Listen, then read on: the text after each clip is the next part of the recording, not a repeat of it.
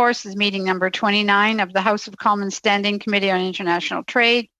Today's meeting is webcast and is taking place in a hybrid format pursuant to the House Order of January 25th, 2021. All right, so before we start with our witnesses, Mr. Savard-Tremblay, you issued a notice of motion regarding 216. Would you, and all of the members have it, can I suggest that we reserve 15 minutes at the end of the meeting to discuss it, or do you want to discuss it now? Écoutez, Madame la Présidente, c'est précisément ce que je voulais. Well, Madam Chair, this is exactly what I wish to request, keeping 15 minutes aside at the end of the meeting. So you're suggesting it really is just fine with me. Thank you so much for doing so. Thank you very much, Mr. Tremblay. All right, resuming our study on clear technology exports, pursuant to Standing Order 108 and the motion adopted by the committee on Friday, March 12, 2021, the committee will resume its study of Canada's exports of environmental and clean technology goods and services. Before us today, as witnesses for this study, we have from the Canadian Association of Petroleum Producers, Tim McMillan, President and Chief Executive Officer. From First Cobalt Corp, Trent Mell, President and Chief Executive Officer. From the International Brotherhood of Electrical Workers, we have Matt Wayland, Executive Assistant to the International Vice President and Canadian Director of Government Relations. And Ross Galbraith, International Representative. And from PyroWave, Jocelyn Doucette, President and Chief Executive Officer. Welcome to all of you, and thank you for taking the time to appear before the committee today. Mr. McMillan, you have the floor, please.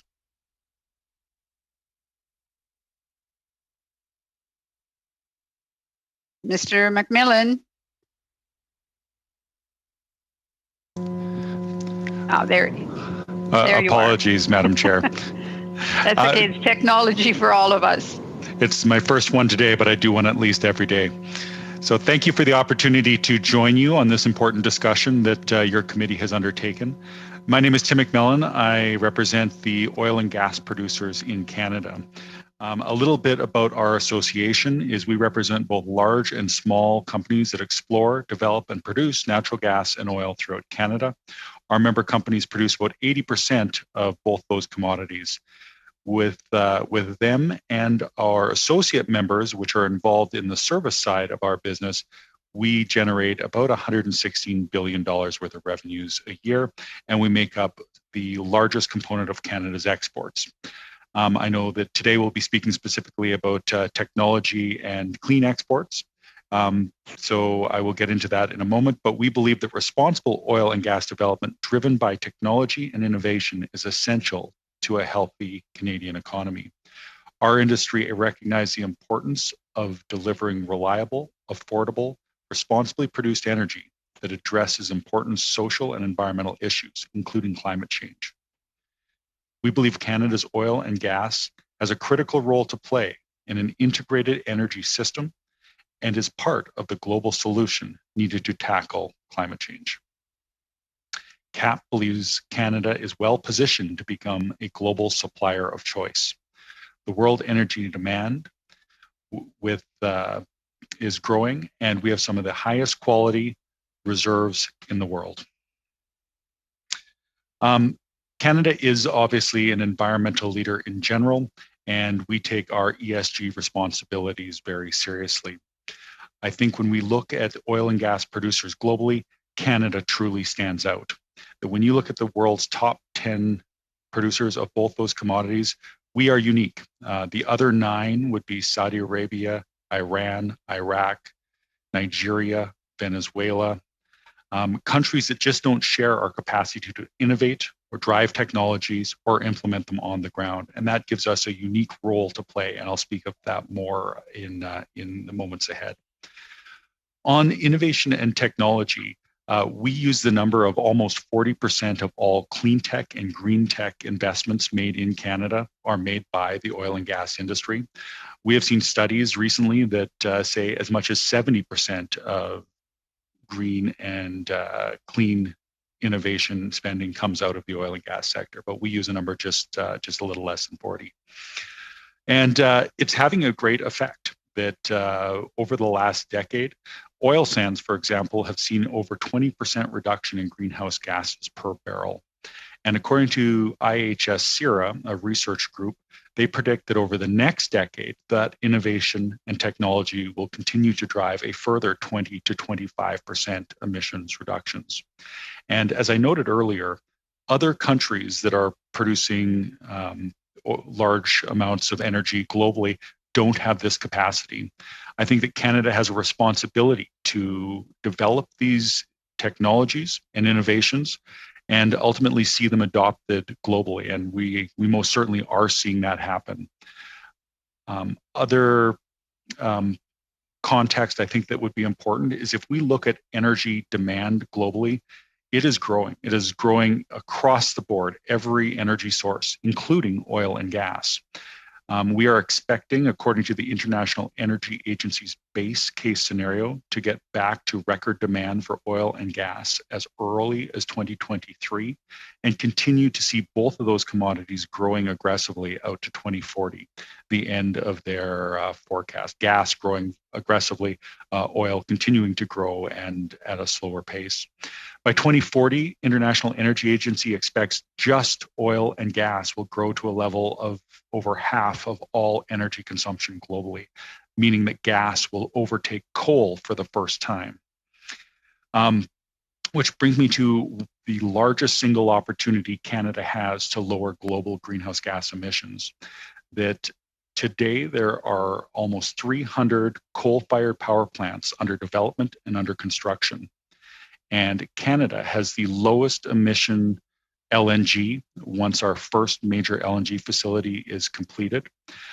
We have done some work to look at if Canadian natural gas were to be used to offset the new build out of coal in Asia and around the world, we would actually only need 4 facilities the size of the one that's currently under construction to entirely meet Canada's Paris commitment.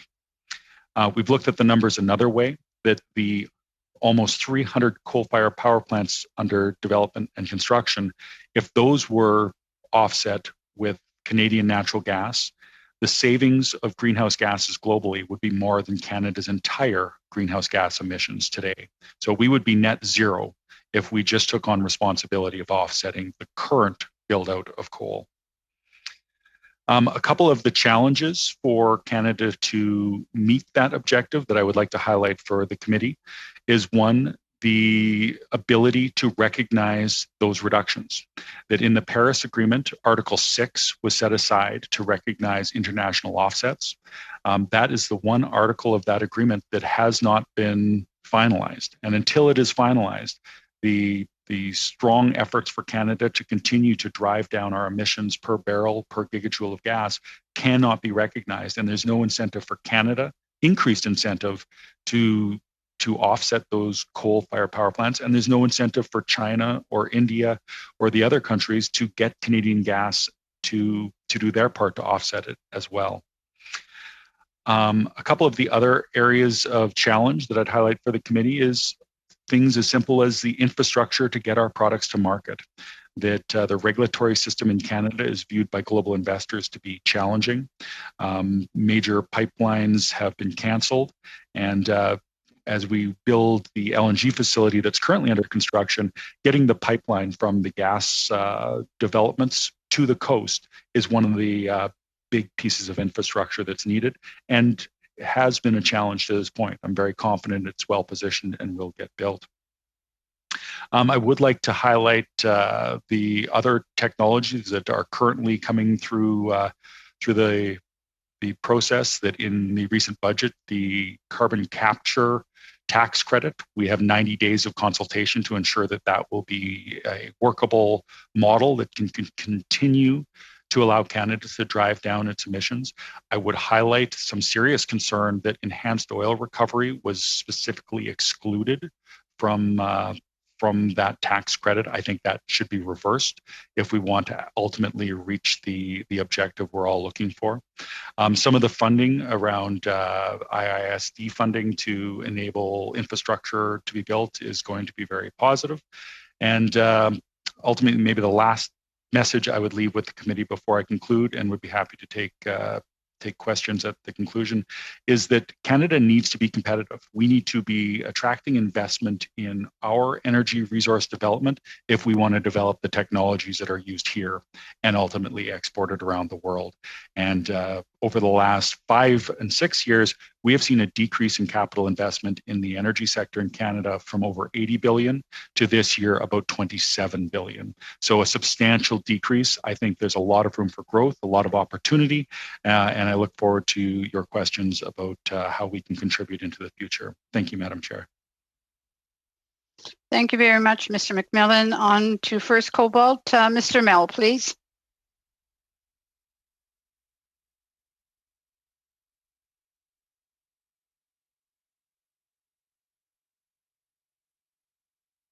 I think he's muted. Mr. Mell. I am indeed. I do apologize. Thank you, Madam Committee. There's my... We have to figure out how we get people's attention. My one technology blip as well. Thank you, Madam Chair. Bon, j'aimerais remercier les membres du comité.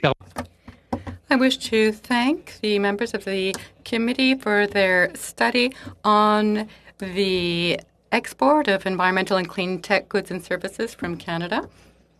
This presentation is about batteries for electric vehicles, and the unusual and excellent position Canada is now in to play a dominant role in this area. CEO of a publicly traded company in the clean technology space. I'm excited by the opportunity before Canada for the next generation of our industrial footprint. And after talking about our company, First Cobalt, I'll then focus on opportunities for Canada in the context of what I think is happening in the US under the new Biden administration with respect to electric vehicles and specifically the battery market. So against the backdrop of the EV revolution, the Biden presidency, I believe, represents a generational opportunity for this country and specifically for our automotive sector, our mining industry, and the chemical industry. There's a window of opportunity that could generate literally billions of dollars of economic activity from which Canadians would benefit for generations through a reinvention of our export-focused auto supply chain.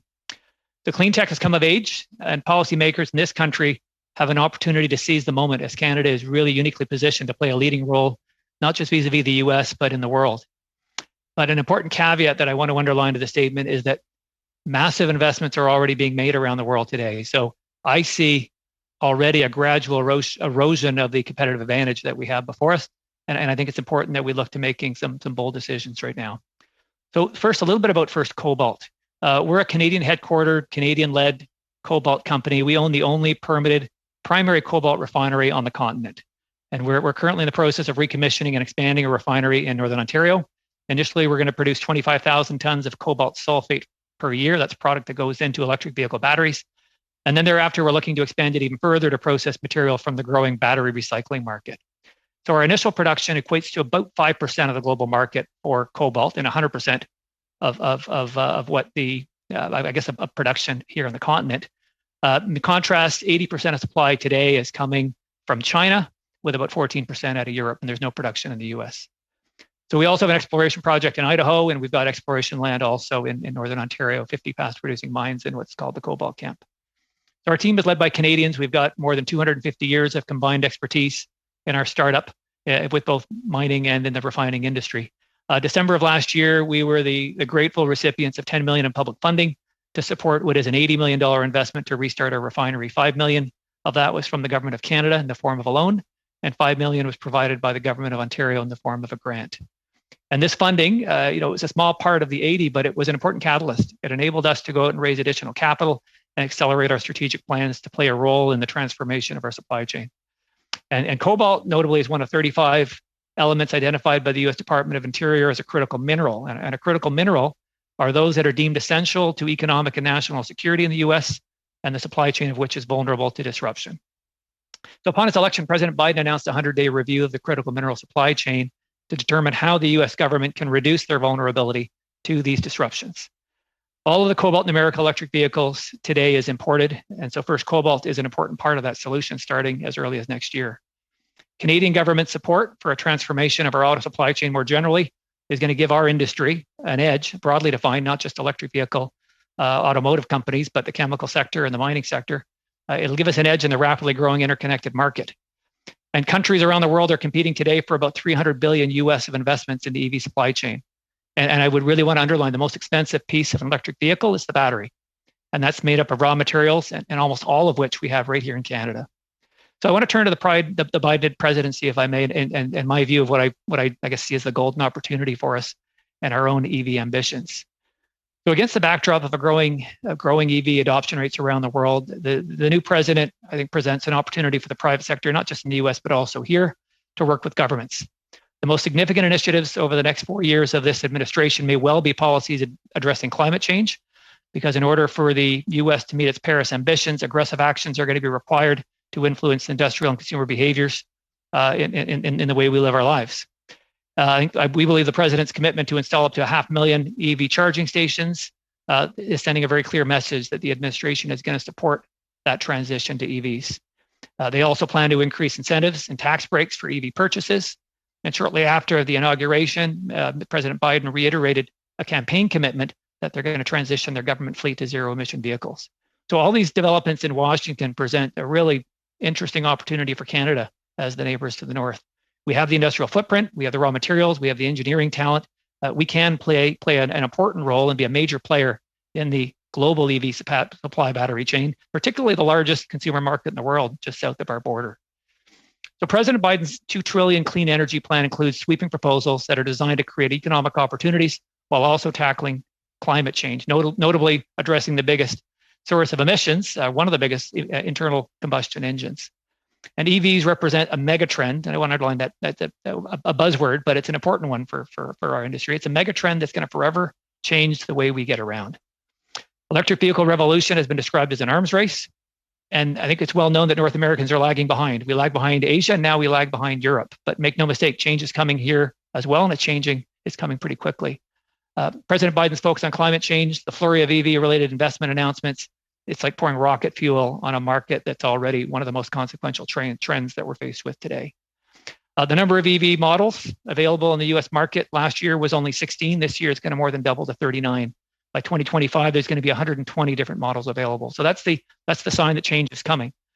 But it's going to include pickups, it's going to include SUVs and crossovers. So the bigger vehicles, as battery technology has evolved, the bigger vehicles that North Americans, Canadians alike, that we want to drive. And so as consumer demand shifts to EV, so too must our industrial investments. So back to Canada. I think the transformation of our auto supply chain is going to give Canada an edge when it comes to competing for the billions of dollars of capital investments that are being made around the world, not just in EV plants, but also the batteries that power them. And that's where I think our focus needs to lie. Federal and provincial governments are already investing $500 million in Ford's Oakville plant and battery assembly plant.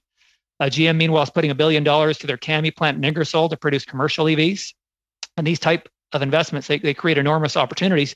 And it's up to us now to work our way up the supply chain and try to connect some of the gaps that are emerging in our supply chain, or the new opportunities as I like to see them. So I think there's more that Canada can do to transform the auto sector, and battery production has to be at the heart of the next steps that the government takes in this area. This is where the future jobs are going to be, and this is where the investments will be and are currently today. The policymakers in Canada, if I may, must continue picking winners as we go forward, and supporting them with financial and regulatory measures that are going to foster those investments and bring the capital to our country. And so by way of illustration, the EU in December 2019 approved $3.2 billion in subsidies to help boost their lagging competitiveness vis-a-vis Asia in the battery sector. And that payoff was almost immediate. Despite COVID and the drop of passenger sales generally, EV sales were up 137% last year over 2020, and they're now a bigger market than China. And then they've started 2021 with a bang as well and announced another 2.9 billion euros of support for yet more battery sector investments in R&D, production, and installations. And that unlocked in turn about $12 billion of private sector investment. So I guess the policy gamble paid off in Europe, and we're seeing it with advanced materials, cells and modules, battery systems, and recycling all now rolling out across Europe. And Europe's stated goal is to produce its own battery cells by mid-decade. It's an ambitious statement in a sector that's dominated by Asia, but it looks like they're going to get there. Now, to Canada, we have something Europeans don't have. We've got vast mineral deposits. That's where it all starts. And with these deposits, our governments should be focused on connecting the value chain from our mines, through to the assembly plants, with a keen focus on the battery production here in Canada. So this involves just not mining the materials, but also the chemical processing, the battery cell manufacturing, the battery pack assembly, and of course, at the end of the life cycle, recycling the batteries themselves. So as a nation, Canada and Canadians must embrace mining, because it is the solution to global warming. Without minerals, there's no clean energy future. And as a next step, we need an industrial policy that's going to be centered around beneficiating Canadian resources at home rather than shipping them abroad, as we too often do. And this means Canada, turning Canada into what I think could be a global battery powerhouse. And industry can't do this alone. Like Europe, I think it's going to take the cooperation between the public and private sector in the form of both policy and financial incentives. So I want to conclude by offering this perspective. There's no reason, in my opinion, while LG Chem, SK Innovation, Panasonic, and all the battery makers around the world shouldn't be looking to Canada for their next battery manufacturing investments. We've seen $1 billion of investments going towards the US, and I think it's our turn. And I think to get there, we need a Team Canada approach to attract this investment in the same way the federal and provincial governments court the automotive investments. Government funding programs have to match the private sector, not necessarily dollar per dollar, but we've got to be at the table together. And I think Canada can win the battle to create a North American battery supply chain, given the abundant natural resources, and not to mention our proximity to clean sources of power. Hydroelectric power and nuclear is a huge competitive advantage in an ESG world. And we've got the markets, the proximity to the markets, and we've got a deep pool of engineering talent. So I think we've got all the ingredients. And before I conclude, I want to leave you, if I may, with 3 ideas. First, all levels of government have to partner with industry, and we got to seize on this window of opportunity now. Time is ticking. I think next year is going to be too late. Secondly, the best way for us to partner is to do as the Americans and Europeans are doing, and that is to pick the winners and provide some broad, imaginative creations, opportunities rather, for cash-based incentives and subsidies to the industry. And third, I've said this already, really is the time to act is now. Many Western countries are ahead of us, notably Europe and the US, as I've mentioned, but not to mention China, Japan, and Korea that were already ahead of Canada. So the green revolution really is here to stay. There's no going back. It's up to all of us to work together to ensure Canada is a leader in this new world. So I want to thank you for your time. And again, happy to answer any questions. Thank you very much, Mel. On to the International Brotherhood. Mr. Wayland, please. Thank you, Chair. And you'll notice we didn't plan this on purpose, but our presentation will dovetail nicely with Trent from Cobalt. So good afternoon, committee members, fellow witnesses, and guests. I would like to thank you for allowing us to present here today to the members of the Standing Committee on International Trade for your study on Canada's exports of environmental and clean technology goods and services. My name is Matt Wayland. I am the Executive Assistant to the International Vice President and Canadian Director of Government Relations for the International Brotherhood of Electrical Workers, or IBEW. Joining me here today is Ross Galbraith, International Representative for the IBEW from Atlantic Canada. The IBEW represents 70,000 members right here across the country in Canada and 775 members in North America that worked in a variety of sectors in the electrical industry. The IBEW is the longest standing and largest union of electrical workers in the world. Work in the electrical sector is extremely complex, and a majority of our members are working highly skilled trades, technical and professional jobs, with many coming from science, technology, engineering, and mathematics, or STEM occupations, such as the various types of technicians and technologists we have, members of the skilled trades, engineers, information technology, and communication specialists. As technology in the electricity industry has changed over the last 130 years, we've been there to change along with it. We welcome the work of the committee to undertake a study on Canadian exportation of green, clean, and low-carbon technologies. We firmly believe that there are many opportunities, as the other guests have mentioned, for Canadian technology in a variety of world markets, from our neighbors to the United States to other growing countries and regions that are hungry for clean tech like Europe, Asia Pacific, China, and India, to name a few. In drafting our remarks, we wanted to focus on the motion before this committee, but also ask ourselves, just what is clean technology? In a recent post by Export Development Canada defines clean technology or clean tech as any process, product, or services that reduce environmental impacts, fosters sustainability, and provides goods that use less energy and fewer resources than the industry standard.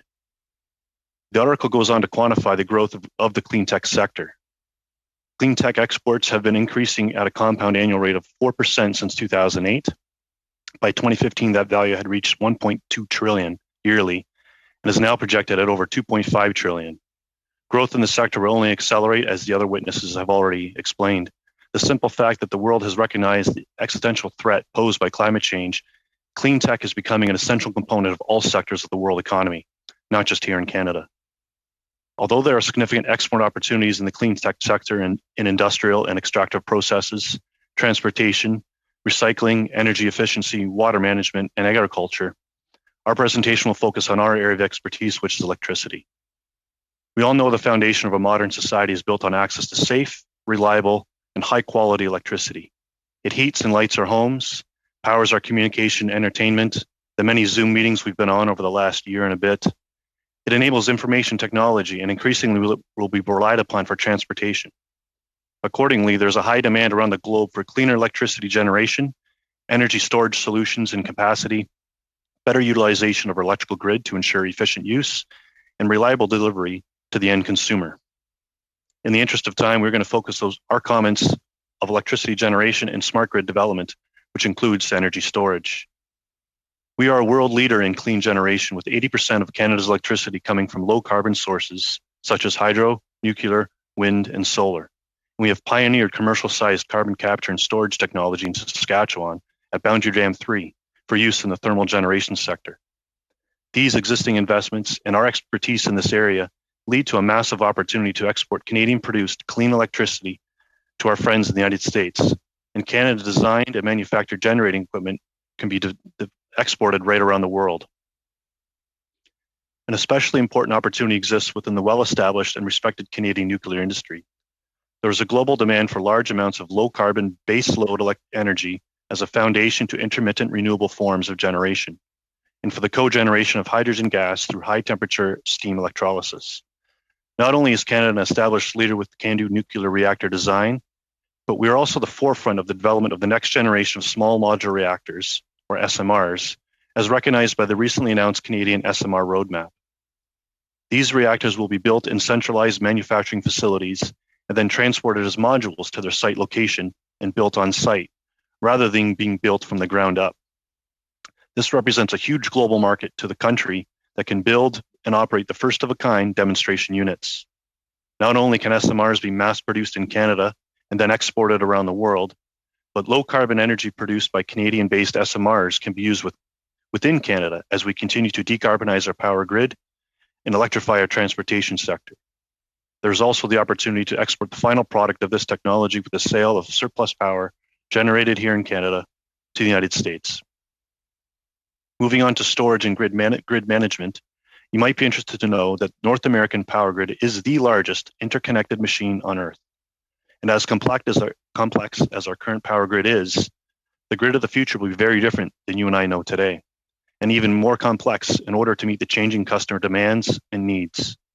How, when, and where electricity is produced, and when we use it is shifting to integrate variable renewable energy sources like wind and solar and create efficiency in energy consumption. Smart grids will become more reliable and self-healing, providing sustainable, safe, and quality electricity to all consumers. This means the grid itself is in the process of changing from a simple pipeline that transmits electrons from point A to point B into a supercomputer with millions of controllers and sensors that utilities will be able to use to integrate distributed energy resources and stored energy, increase reliability, reduce waste, and improve energy efficiency across the grid. Many technology companies are working on solutions to these needs and looking to partner with power utilities across Canada to develop and demonstrate these new grid management technologies. In many cases, the integrated nature of our regulated power grid could serve as a perfect testbed to demonstrate new technology that clean tech firms can then scale up, scale out across Canada, and for export around the world. As we have described, there is a global demand that exists for the low carbon electricity and associated power grids that drive our modern society. Canada has a massive opportunity to export our knowledge and expertise in these areas. But to take advantage of these opportunities that I've described, it will be necessary for us to foster the environment where these costly and highly regulated technologies can be demonstrated and brought to market before other global competitors get there first. In all of the cases above, there is a role to play by our existing electrical utilities. In many cases, however, they are constrained against using ratepayer-generated revenue to invest in innovation or new technology ideas. In addition, many of the clean tech firms in the nuclear and smart grid fields have gaps in product development funding and scale-up financing. One of the best ways that government agencies at all levels can help Canadian clean tech businesses scale up and export to new markets is to adopt measures that will support both clean tech energy firms and, of course, our existing electrical power utilities, which are willing to test and deploy these new technologies. Many of these manned by our members in the IBEW. Whether this is direct financial support for first-of-a-kind commercial scale products or other mechanisms that can help overcome the financial risks for both parties in developing and demonstrating innovative technology and bringing it to the market. There is a window of opportunity that exists for Canada to not only claim a share of these global markets, but be looked at as a leader in clean tech. If we can foster an ecosystem that supports and nurtures these types of partnerships, clean tech firms can both demonstrate their new products and services and also tap into the infrastructure and operating experience, as well as the highly skilled IBEW workforces that exist within globally respected Canadian electrical utilities and construction alike. We feel this is one of the best ways to partner and develop clean tech products that will both benefit Canada, provide good paying jobs, and compete in a global market. Thank you to the committee chair and members. Ross and I both look forward to your comments and questions. Thank you very much, Mr. Whalen. On to Pyrowave. Jocelyn Doucette, please go ahead. Thank you, Mrs. Chair. Dear member of the Commission, thanks for the invitation to speak to this committee. I'm Jocelyn Doucette. I'm a chemical engineer and CEO of Pyrowave. We're a pioneer and leader in electrification of chemical processes. So what does that mean? I'm sure you heard about electrification of vehicles, but probably less about electrification of industrial processes. It means that we develop the most advanced microwave technology using electricity for production of low carbon chemicals. Our first application turns polystyrene waste into its basic constituent, namely styrene monomer, a global commodity with a market of over 30 million tons a year, used in a variety of different products all over the world. What we do by decomposing plastics into their smaller constituents brings a lot of advantages. It increases the value by turning waste with no value in no market into a useful commodity with a high value in large market. For example, styrene monomer can be used to make polystyrene, a very popular plastic, but also ABS, found in your computers, and SBR, found in your tires. We recently announced a global partnership with Michelin, who has invested in Pyrowave and also is adopting our technology in Europe. They will use our technology to move to the 21st century and make renewable styrene monomer from waste using our technology, which is more efficient and cleaner. The output products are identical to virgin, and that will replace fossil-based styrene in the production of synthetic rubber found in tires.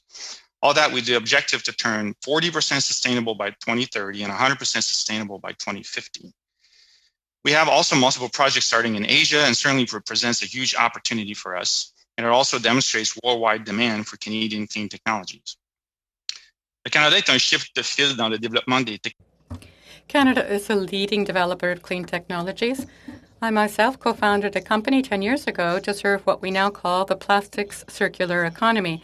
However, there remains much to be done to support our leadership through scaling up and exporting these technologies around the world.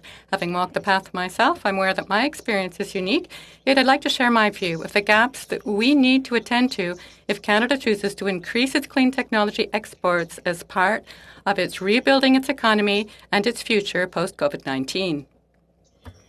I'll expand further. First, I think we need to help Canadian clean tech companies accessing large capital markets.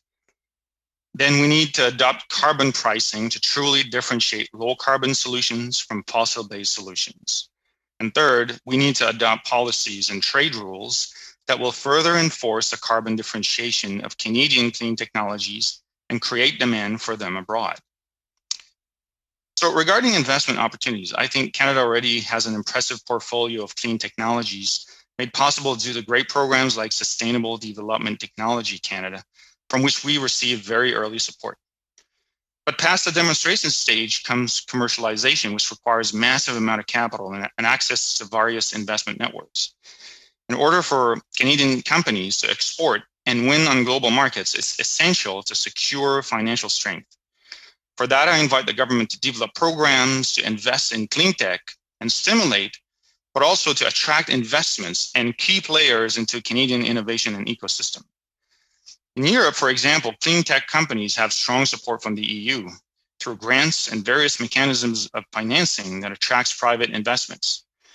If Canada wants to lead this new sector and be able to challenge these competitors, we need to bring elements to attract capital and strategic partners for Canadian companies.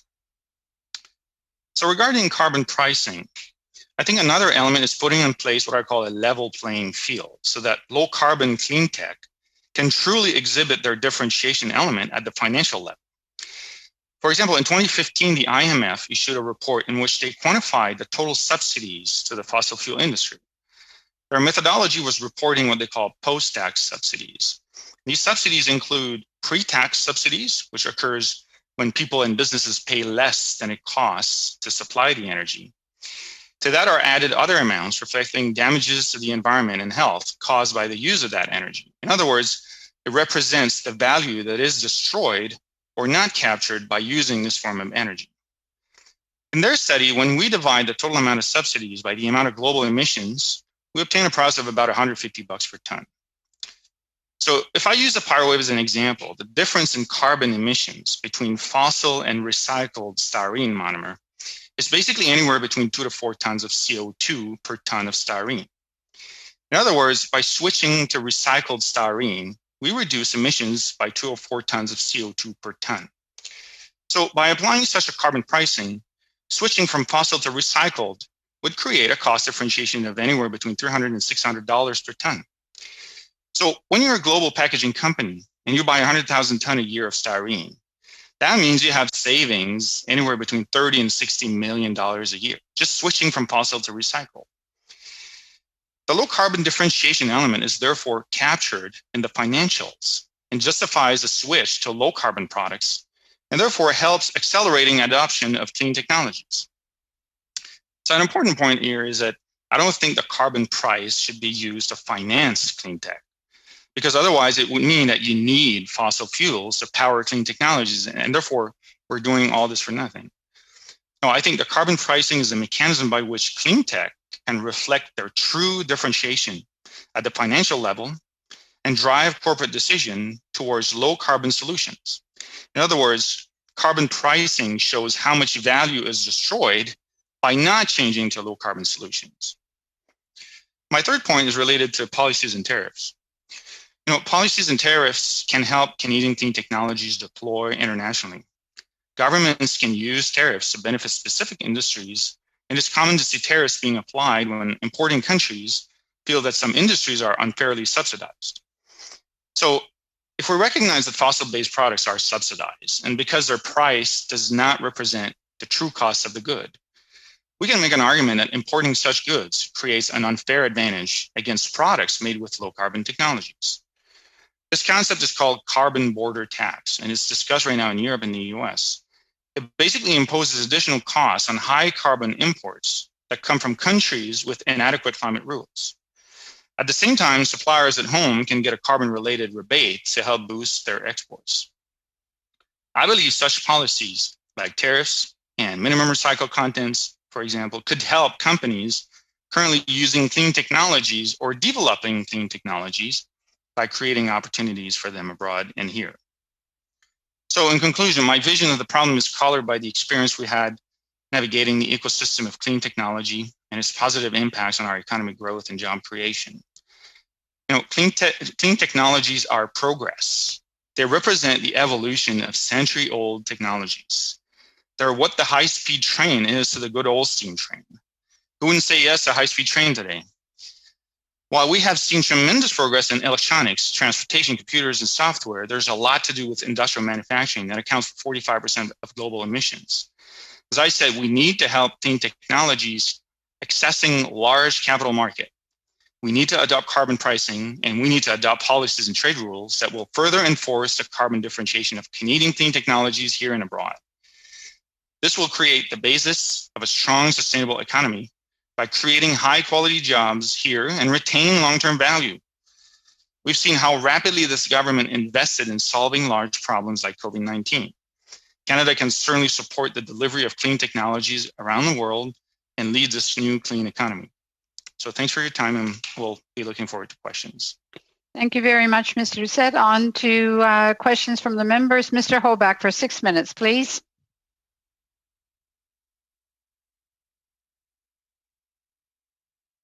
Thank you, Chair, and thank you, witnesses, for being here on a nice Friday afternoon. I'm going to start off with you, Mr. McMillan. You started talking a little bit about how natural gas exported into the Asian market would be able to offset the coal-fired plants that are very, very, let's say, not friendly. Can you maybe just explain how that gives us credit here in Canada, how that works towards our Paris climate initiatives? Absolutely. It's a challenge because today it can't. That there's no incentive to offset the coal-fired power plant build out around the world with Canadian natural gas. The intent of Article 6 of the Paris Agreement was to put a structure in place where those credits could be shared by both parties. They could be split in half. It could be a 40-60 split. I think there's a lot of models that would make sense for the priorities of different countries. But as of today, there is no benefit. In fact, by providing more natural gas to offset coal in Asia, Canada just further puts itself behind the 8-ball when it comes to meeting our commitments, even though we're driving a global emissions reduction by doing it. And until we get the incentives correct, we're going to continue to see the build out of coal-fired power plants in countries that legitimately are trying to provide heat for the first time for some of their populations. There's over 1 billion people in the world that don't have access to electricity. And we can look from our high tower of a wealthy nation and cast judgment. But the reality is, let's just find a better way to do it. So then we're looking at the global emissions situation, and we can actually reduce that and still be strong in providing what we do best. Now, when we look at our technologies and how we extract oil and gas and compare it to other regions around the world, how do we take those regulations that we now face and put them in the US, for example? How would we compare to that? Great question. The US is a very good comparison because when you look at the global top 10 producers, there's 2 countries that stand out from the rest. It's Canada and the US. Every other nation that is a top 10 producer, it does not have our capacity, technology, or innovative mindsets. But even the US, we partnered with them for a 45% reduction on methane emissions. We've now done that, and we will meet that goal by 2023. The US no sooner had signed the commitment than they backed away from it. Potentially under the new administration in the US, they play catch up. I hope they do. But we have seen that time and again where Canada continues to lead, and we sometimes fail to see our partners follow. We tend to be the Boy Scouts. Mr. Whalen, you talked about Boundary Dam, and I'm from Saskatchewan, so I'm very familiar with it, the carbon sequestration. And then you talked about the facility that we're building here in Saskatchewan for rare earth elements, and we're excited about that. As I look at that, how do we take something like the Boundary Dam and actually commercialize it? Because that's been a problem we've been facing right from day one. We've got all this great innovation, all this technology, yet it seems like nobody's embracing it. It's just kind of sitting there in Estevan and not being used. And then how do you fight this argument about coal is bad when the situation in Boundary, coal actually has less emissions than natural gas? So can you maybe give me some information on that? Sure. Thank you for the question. The Boundary Dam 3, as you mentioned, is the first of its kind of commercial size. And there were some hiccups along the way. It's when you do the first of anything, you're going to expect that. Many of us experienced that on our first Zoom meeting, and subsequent meetings. The CCS technology is looked at around the world, and I know that you actually have the CCS Knowledge Center in Regina that has done work not only within Canada but around the world on reducing emissions on existing not only coal plants but other extractive industries that are heavy resource, whether it's oil and gas or cement or even nutrient in your home province, Mr. Hoback. So the technology can not just be used on electricity or coal generation, but it's a technology that can be adapted to other types of heavy carbon use. And so what they really do, as you know, they are able to sequester that carbon, put it into the ground. Our members built that, they operate that and maintain that facility right through to today. And I think it's just a matter of further supports. I know that the federal government and provincial government did a lot of support on that. I think the challenge is the cost and maybe even the population. I think we need to look at as a Canadian solution, and I don't want to raise any alarm bells here, but a Canadian solution to energy right across the board and not province by province or pitting one against the other. We have a variety of energy sources right across this country. We have to embrace them and utilize them. So, and Mr. Mel, before cobalt, what other rare earths are actually the bottlenecks in the electric battery field? I come from Saskatchewan, so SMRs, we have nuclear, we have existing oil reserves and gas reserves, we've got coal, and now with the rare earths development processing here in Saskatchewan, we're already moving into the next generation. So what other areas in Canada do we need to look at that would be potential bottlenecks from seeing us having a complete menu or complete fulfilled battery being built here in Canada? I think the rare earths work going on in Saskatchewan right now is fascinating. Department of Defense in the U.S. is funding a rare earths plant in California, a project in California, and I think that asset in particular, that initiative in Saskatchewan, should be viewed as a potential national treasure, because that's an important component to the electric vehicle. When you get to cobalt, if I look at the battery, so the cathode, the rarest and most expensive material in the battery is cobalt. 70% of that's coming out of the DRC today. The balance is coming out of nickel operations around the world, including Voisey's and Sudbury. But when you look, it's the scale-up factor. You've got the EV market growing at 26% per year over the next decade, and so it's not just that it may be rare today, such as rare earths, but even lithium, which we can get in Ontario, and I believe also in Alberta, graphite in Quebec, and so on. But we just need more of it all across the board. Copper out of BC. So, thank you very much, Mr. Hoback. Just one quick I'm sorry question. there's no time. You're over time because we were getting such a great answer, and I knew we all wanted to hear that answer. Mr. Sheehan, for 6 minutes, please. Well, we're going to stick with Trent then, and you had an excellent presentation, Trent, and I really appreciated what you're doing here in Northern Ontario, but also across Canada and for the world. Is you're leading the way. Now you gave about 3 different recommendations, the partnering, picking winners, and acting now. And I had the pleasure of making that announcement for the $5 million loan from FedNor that we partnered with the province to partner with the private sector to leverage that $80 million. Could you, for the record, kind of use that as an example of what kind of jobs that's supporting now, what kind of jobs that will, develop, and any other sort of economic benefits that what you're doing in cobalt as an example for the committee? Yes, thank you for that question, Mr. Sheehan. Good to see you again. And if I go back to the day of that announcement, our stock price, as a startup in the Canadian market, it's hard. Capital formation is difficult because there are a lot of. That's why I said pick winners. There are a lot of wannabes. When I started this company 4 years ago, there were probably 50 different cobalt companies vying for attention in the market. We just came out of a bear market, and there's only 2 of us left, 3 of us left perhaps. That announcement allowed us to triple our stock market valuation overnight. And that $5 million contribution federally and the 5 from Ontario led to another $16 million of almost immediate investments into the company thereafter. And so that kind of collaboration, it does have a multiplier effect. And so what it means for us, we were able to get going a lot faster, frankly, and keep on schedule. So when I say go faster, it's just keep to the target we'd originally set out, which is to start producing in October of 2022. We've got a small local crew that's gearing up. Once we're operating, we're looking at roughly 45 full-time jobs, but these are good paying jobs. And it's not like a mining operation that you're there 5 or 10 years and gone. Port Colborne refinery, that Vale owns, has been around 100 years. So these are long-term, really good qualified jobs. May not be a lot, but strategically important to the supply chain. Indirect, what's the multiplier effect of that? You're going to get at least 1.5 jobs for every job at the refinery. So we've got Indigenous engagement and discussions going on. Construction, another 100 jobs or so. So, for an area like Temiskaming Shores, this is a pretty important driver of economic activity.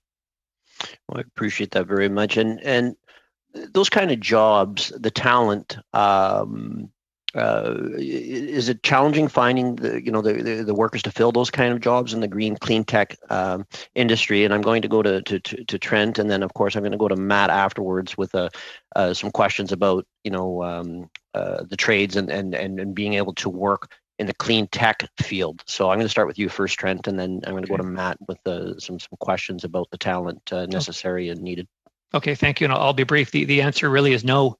With our mining sector and the process experience that we've got in Sudbury and a lot of the gold mills, the millwrights that we need, the electricians, the maintenance personnel, we've got a lot of the foundations there.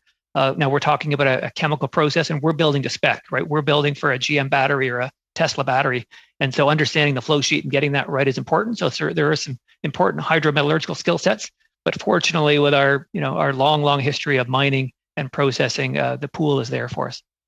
Appreciate that. And to Matt, you talked about a smart grid. In my home riding of Sault Ste. Marie, the provincial government just greenlit a smart grid. It's going to be the first of its kind, I'm told, in Canada, and the federal government's investing about $11.8 million. What kind of, and I know the construction maintenance, electricians, the industrial electricians and whatnot, but are there very specific work being done on green apprenticeships, if you will, or anything like that, Matt? Please fill us in. Certainly, electricity, as I mentioned, and our electricians and construction maintenance has changed with electricity and technology over time. We've had investments in our training centers right across this country. As Trent mentioned, there are our electricians, our members work in the Sudbury area, they work in Temiskaming. They not only build and maintain those factories, but they come in for training and upgrading of skills on a consistent basis. As we bring in new apprentices into the system, through different, whether it's grants to the federal, provincial government, or through employers, we work very closely with our employer partners where we actually train to meet the demand that those employers need. So whether it's on the construction maintenance side or on the utility side that Ross can comment on, we are training workers not for jobs of yesterday, but to understand the technology from the past and apply it as things change in ever-changing markets. Thank you very much. And Ross, did you have anything to add? Yes, I would say that the Electricity Human Resources Council has done a recent study looking at needs in the electrical industry across Canada.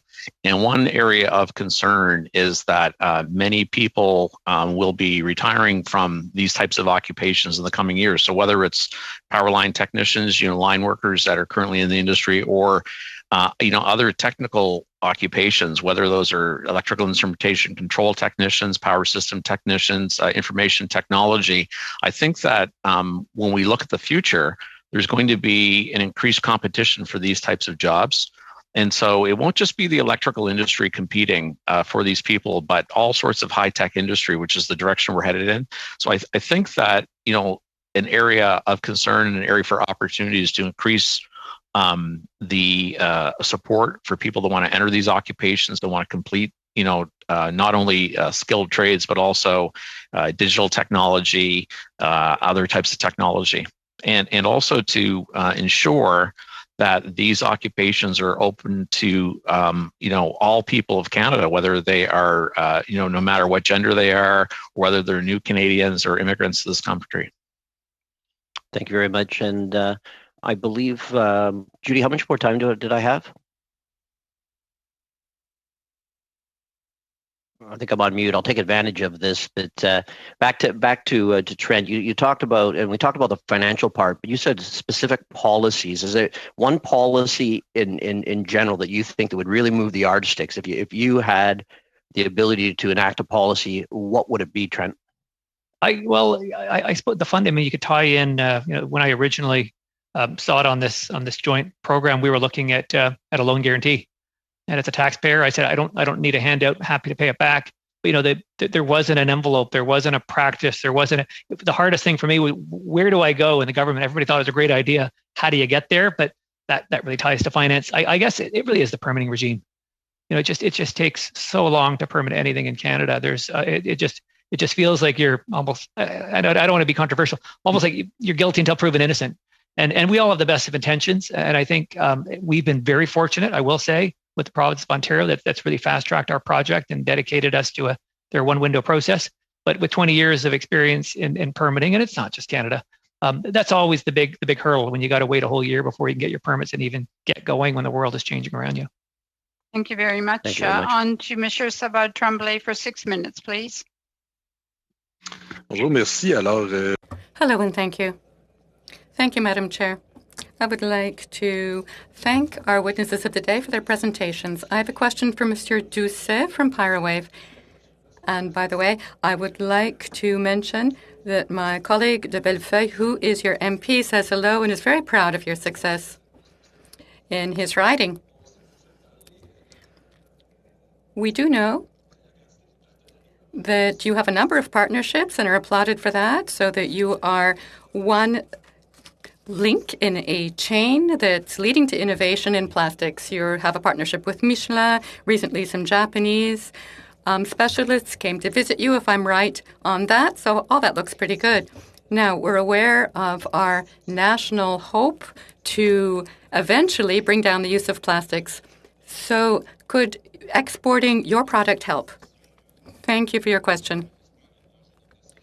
Yes, the plastic issue is a very hot issue. 300 million tons a year of plastics is used around the world, and that looks like it will triple by 2050. So our industry provides an opportunity to do something about this. If we're going to triple the demand around the world for a number of things, for transportation uses, for protecting foodstuffs and so on, there is certainly room to bring in new technologies, novel technologies that will allow us to make plastics with a lesser greenhouse gas footprint. The problem with plastics is its end of life. So that's where we're intervening. We're offering a technological solution that allows us to take end-of-life plastics and put them back into virgin use. Now, as to the best use to make of plastic, we'll leave that to the plastics industry downwind, but we'll at least offer a solution for the sourcing of the plastic. So this is really a worldwide opportunity. Plastics are a problem everywhere, but Canada has a depth of technological expertise in circular economy options for plastics, both Canada and our provinces. And at this point, our technologies are ready to go big scale. I have mentioned a number of elements in my presentation that explain why it's difficult to get our technology adopted. We're getting there, but especially in countries and areas where a carbon price has been instituted. So that's the sort of thing I wanted to share with you here today. A question that I do like to ask to get a better idea of the situation around the world, given that you're developing a very good idea of it, given the partnerships you're creating with Michelin coming to you and Japanese business people coming to you, competitors around the world. Is there anyone else around the world doing more or less what you're doing? It's always interesting for us to have a good idea of how much our niche stands out in the world, how much it's really can be stamped authentic Canadian product. If you're telling me like there's about 1,000 of people like you around the world, no, not much competition. This is an area that is starting to grow now. As I've said, Canada had a good vision about 10, 15 years ago, investing in startups, saying that this would become a problem down the road. So not too much competition so far. And this is a point I've made. The competitors that do exist have access to a great deal of capital investment in the United States, for example. Yes, the U.S. was sat on the wayside for a while, but recently a number of transactions are underway with competitors who haven't necessarily gotten very far ahead in their technology process, not that much intellectual property yet, but they've got hundreds of billions of dollars to do something with. So it's not necessarily the best or the most innovative who's going to win. It's the person with the most money. That's why we need a good strategy for investments here, for partnerships. Also, we need access to networks that will allow us to get into the capital niches to be able to provide Canadians with a way to develop what they're discovering. All right, so you're telling us the innovation is there, the good ideas are right here in Canada, but now you need some help to make sure you can get things off the ground. You need funds, you need things that are targeting your sector. So your suggestions. Have you sometimes knocked on the door and not been able to get sufficient assistance? What can we do for you? How can we align matters to ensure that innovative companies such as yours with something really special to offer the world and who need money can get ahead? Well, we can check what's happening elsewhere in Europe, in Asia, and what's being set up in the United States. I could give you examples. As Mr. Amel said earlier, it's not a matter merely of receiving grants. We need help to bring in multiplier factors. Europe does this. The U.S. does this with green bonds, municipal bonds. One of our competitors in the United States had about $250 million in municipal green bonds, which allowed them to then move into the capital market and get their hands on billions. So it's just a matter of how to set good companies up so they can succeed. Once you have access to capital, then you're able to bring in some partners who will come in to invest, and then you're off the ground. Then you've got a good business plan working, because that's what really counts, being able to show that you can carry through on a business plan. It can be ambitious, but you need to be able to carry it out. Much on to Mr. Blakey for 6 minutes, please. Thank you very much, Madam Chair, and thank you to all of our witnesses for taking time to testify here today. I want to extend a special welcome to Mr. Galbraith and to Mr. Wayland as fellow members of the IBW. Very happy to have you here at committee today. And wanting to zero in a little bit on the question of how the transition to a lower carbon economy can help with workers across the country, but in particular in Alberta who have faced significant job loss, how this can create opportunities for that employment and for the kind of transferability of skills that they have from their experience in the oil and gas sector to some of these new emerging technologies that Canada ought to be a global leader in.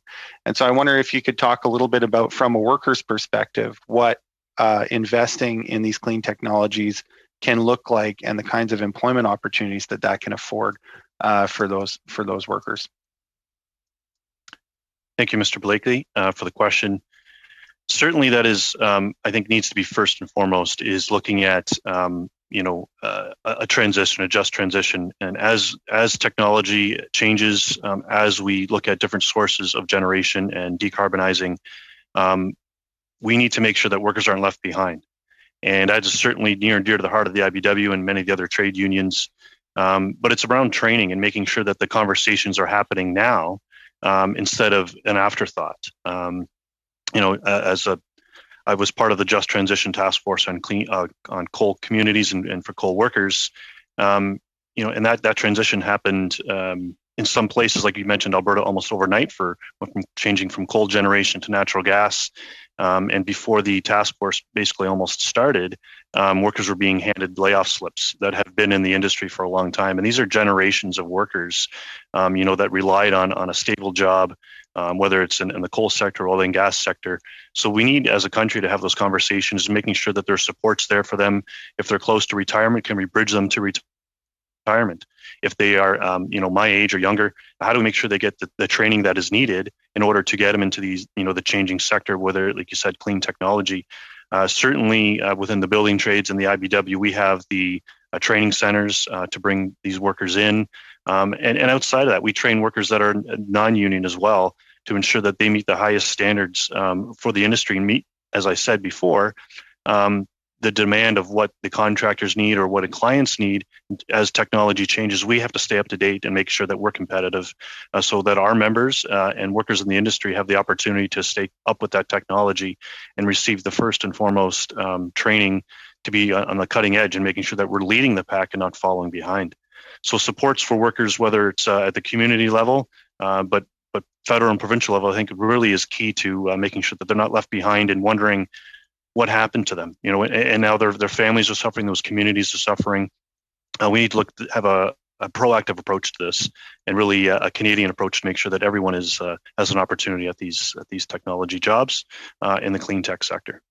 And when we talk about a proactive Canadian approach, I mean, one of the things we've heard at this committee many times in the context of many studies, including, what Canada's global trade position can and should be coming out of the global pandemic, is that Canada, unlike many of our allies, has had a very hands-off or laissez-faire approach to economic planning. And I think that's where, when you talk about industrial planning, that's where you get companies and unions, people who represent workers at the table with government, to come up with a plan for, what kinds of public investments might be made, but also how you coordinate training of a workforce at the same time. And so then, how you look out for the interests of various communities and make sure that, value-added work is being done in Canada, and that Canadians are being compensated fairly for that work when they do it. So I'm wondering if you could speak to a little bit more to the role. I think somebody mentioned something about picking winners earlier in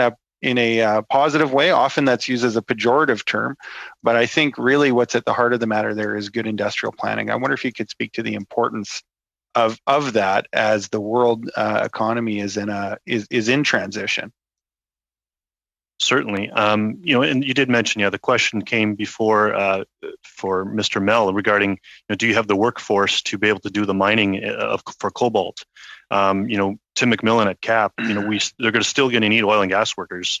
They're not shutting the taps off right now. So we need to make sure that there's that expertise that is, keeping that oil and gas sector going, keeping that mining sector going, but also working towards these new technologies. And an industrial plan, like you said, has to include workers and has to include training, and not just assume that they have the knowledge to go from one to the other, but to be able to have a plan ahead of time and investment in training centers, invest and make sure that these programs like that we offer, whether it's EV training on installation of electrical vehicles, in Joe Biden's address down in the United States, when he talked about EVs, he talked about jobs for IBW members specifically, because we are, the first and foremost, we're the most trusted brand when it comes to electricians.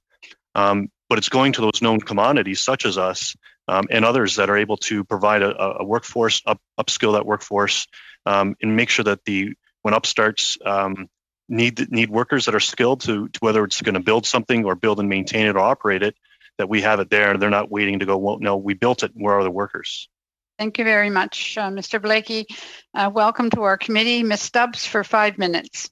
Thanks, Chair. I appreciate that. Happy to be here. Thank you to all the witnesses for giving their time to us today. I certainly agree with a comment that Matt made earlier about Canada's economic advantage really being vested in the diversity of energy and resources and mineral resources that we have in every province in the country. Certainly, I think governments should take a both-and approach rather than an either-or approach. And the success of all of these industries are inextricably linked. And that is perhaps no more the case when it comes to the oil and gas sector and innovation and clean tech.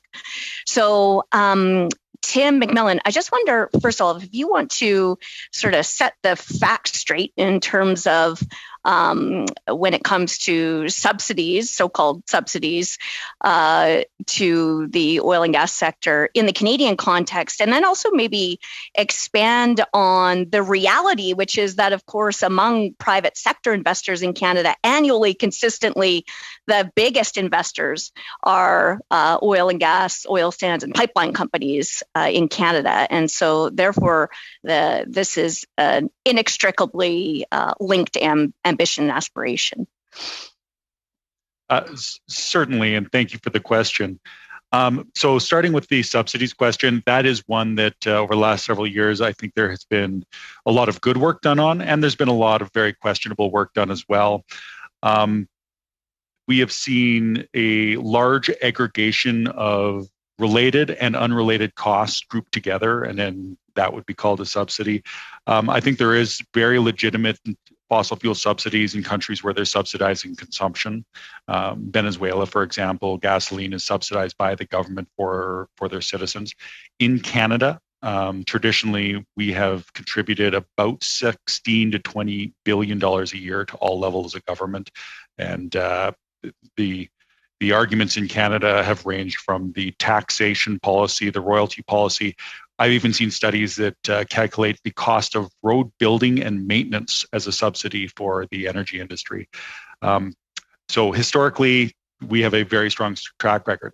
That being said, some of the policies that are currently being put forward would position all industries in Canada very differently than what we're seeing in competitive jurisdictions. And we've seen in some of our climate policies, energy-intensive trade-exposed protections. But if we look at this most recent budget, there is some very deliberate funding in there and tax credits for carbon capture and storage. And that is something that isn't going to happen in Venezuela and Nigeria and Saudi Arabia. It's only going to happen in Canada. And to make the Canadian industry on a level playing field with the other 8, I'm not going to include the US because they're an evolving jurisdiction, there needs to be either an acknowledgement that we're going to import our oil and natural gas from jurisdictions like Nigeria and Saudi Arabia, or we're going to level the playing field through federal stimulus and innovation dollars. So I guess, there's really 2 sides to that coin. We are large contributors to the national economy and to the governments. So on the subsidy question, we're contributors, not takers. That being said, where government policy now positions Canada very differently than the global market, we are seeing and will need to see substantial federal balancing. On the investment side, yes, we are usually traditionally the largest investor into the Canadian economy. From $80 billion to $27 billion this year is largely the range over the last several decades. That we think should be ramping up dramatically as global demand is rising fairly substantially. But whether that investment comes to Canada or somewhere else is what I think we need to be focused on as a nation. Probably close to out of time, hey, Chair? Yes, yes, you are. Thank you. I'm sorry, Ms. Stubbs. Thanks. Yes, on to Mr. Raya for 5 minutes, please. Thank you, Madam Chair. Madam Chair, the $1 trillion transportation sector is going towards battery-operated electric vehicles. I'm so glad Mr. Trent Mill is here. The cost of batteries, has been coming down. I think in 2010 it was around $1,100 per kilowatt hours, which came down to about $137, if I'm not wrong, in 2020. And in 2 years, it will be about $100 per kilowatt hour in another 2 years. And with that, the cost of electrical vehicles will be very comparable with the gasoline-operated vehicles. And this trend is irreversible. It is happening very fast elsewhere in the world. In China and Europe, Canada and US have lagged behind. However, we have woken up now.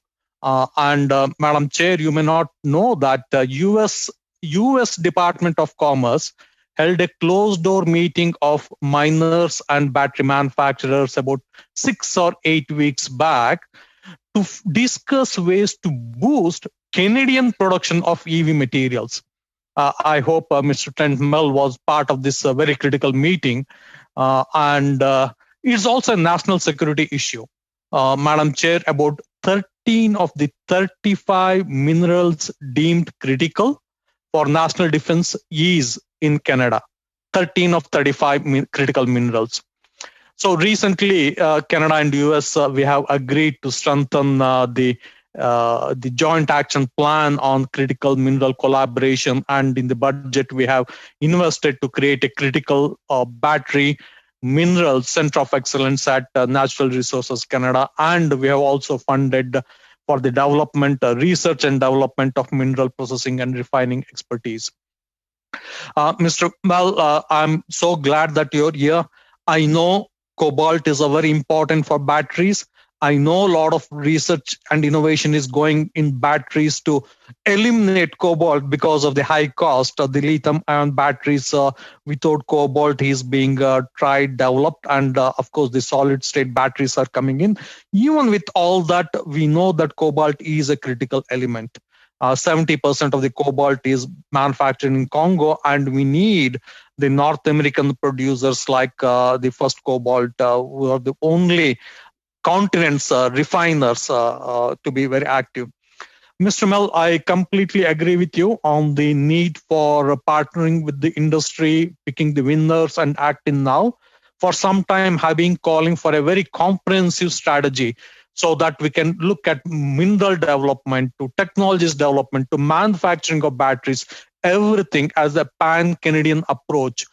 Jointly with that. And you have rightly pointed out, though you did not overemphasize the critical nature of the permit regime now, I think it has to change. I think we have to approach these issues of battery manufacturing from, it is an emergency. I think if North America has to take care of its energy storage or if it's the transportation security, I think we have to approach this as an emergency issues in developing the minerals to the chemicals to the manufacturing of batteries. Mr. Mel, can you tell me what are the kinds of things, whether the federal government or the provincial government should take first to reduce the time that is required for developers like you from the conceptualization stage to actual operating stage? Thank you. That was an excellent summary, by the way, of the industry that I'm in, and I can't disagree with anything you said. I've had the pleasure of going to the White House a couple of times to discuss some of these very issues on cobalt and national security.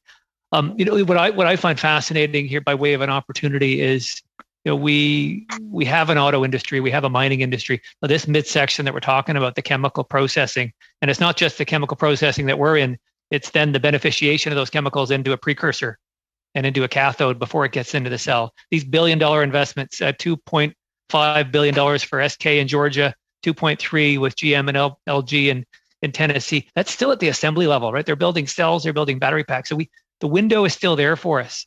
And I think your approach, sir, of collaboration is an important one. I think it's going to take some big players. I think we need to open our doors to foreign investors, because the players like us that are coming in and starting the train, if you will, we do need some bigger shoes to help us out to try to connect that work. And I think that's where I would start. I think in terms of the permitting process, and I did it in BC with the Kemess mine, and now I'm doing it with the refinery. This idea of a one window, where as an industry person, my team gets to interface with a point person. That's really helpful, because we can't navigate very well. But thank you for the question.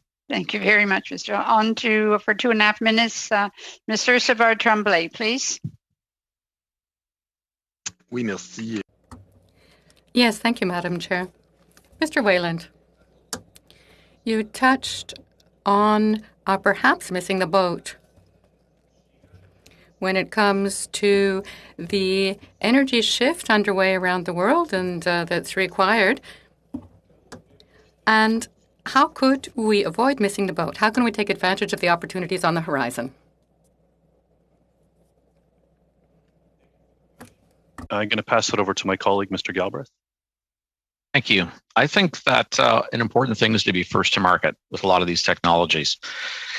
My expertise is in the area of nuclear. I represent folks at a nuclear power plant, and I think about in days past when Canada was successful in exporting CANDU technology to several countries around the world.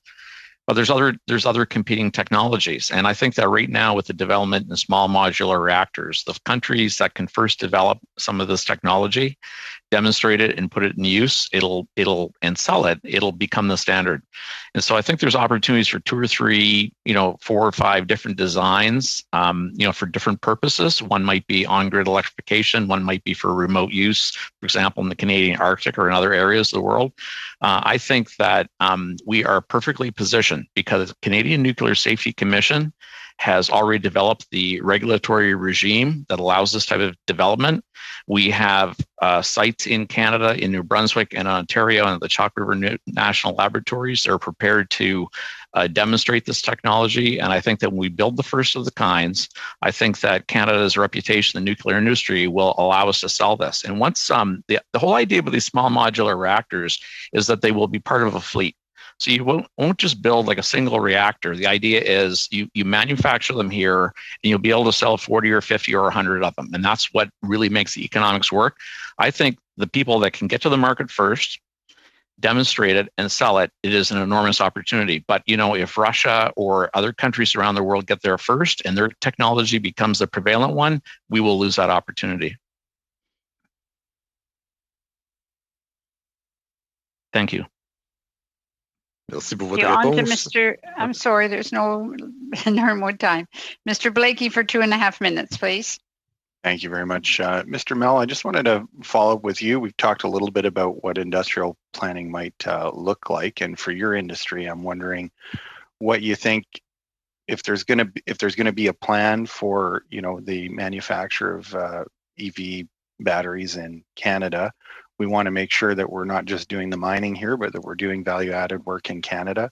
What are some of the things that you'd like to see as pillars of a strategy that's mindful of workers in the industry, as well as Indigenous communities that may be the site for some of the mining, as well as companies like your own who are leaders in the field. What do you think government ought to be doing to bring all those people together, and what are some of the pillars for a real plan that Canada can unfold over the next decade and more? Thank you for that, Mr. Blakey. Excellent question. So for our refinery, we're taking cobalt. In fact, the cobalt's not even produced in North America yet. That'll come. But we're taking cobalt from abroad, bringing it into Canada, and creating the first supply of cobalt in North America. But then we've got to put it into a battery, and that chemical process doesn't yet exist by and large in North America. And so year one, when we start producing, we hope we're maybe a year ahead of a bigger supply chain, and we hope that supply chain develops on this side of the border. But year one, we may be shipping a lot of our product to Europe. Some of it may go to Korea, Japan, where the installed capacity is for the chemical process, the cathode active material process. Now, there's a lot of discussion going on. I know at the federal level, provincial level, there's a lot of hope that we'll get the battery makers here in Canada. But to me, I think from the policy side, and I think this is being done by your staff, it's important to try to connect those dots, right, from where it's mined to where we sell our vehicle, and to see where those gaps are. And I think with the new administration that we have in the U.S., we've got maybe a little more competition than we did a year ago. So I'd suggest maybe we just got to move swiftly and bring us all together. We can have those discussions. So that table hasn't been convened so far here in Canada. I think NRCan's done a really good job of doing that. But I would say the auto supply chain that I'm talking with, so the battery makers and the OEMs, they're really focused on it. COVID really underlined the dangers of a global supply chain and interruption and what that could mean. So onshoring is real. It's not just government, it's industry as well that wants to see that. So there's a moment of opportunity here to get people at the table and figure out a plan. I believe so, yes. Thank you. Hey, thank you very much, Mr. Blakey. On to Mr. Lobb for 5 minutes, please. Thank you, Madam Chair. It's great to be here. Welcome to all the guests here today. My first question is for Mr. Mell. And I'm trying to get my head wrapped around something here in the entire EV sector. Is there, say, for example, just use LG, for example, that's going to be dealing with GM. Do they have a system? Could they be tier 1 to GM? Do they go to your facility and do they do an A to Z assessment of your facility to get an idea of emissions, et cetera, your footprint, so that when they present it to GM and the public, they can say, okay, we've gone right up to Northern Ontario and we're in Tennessee now. Here's what it is. Does that discussion happen? Will it happen? That's an excellent question. And I would say in many respects, it does happen. And I haven't talked about this yet just for a lack of time. One of our really important competitive advantages in Canada is our energy grid. And our stated mandate is to produce the cleanest source of cobalt in the world, the most sustainable. So that's supply chain as well as our footprint. Our global greenhouse gas emissions for production is going to be half of that of our Chinese peers.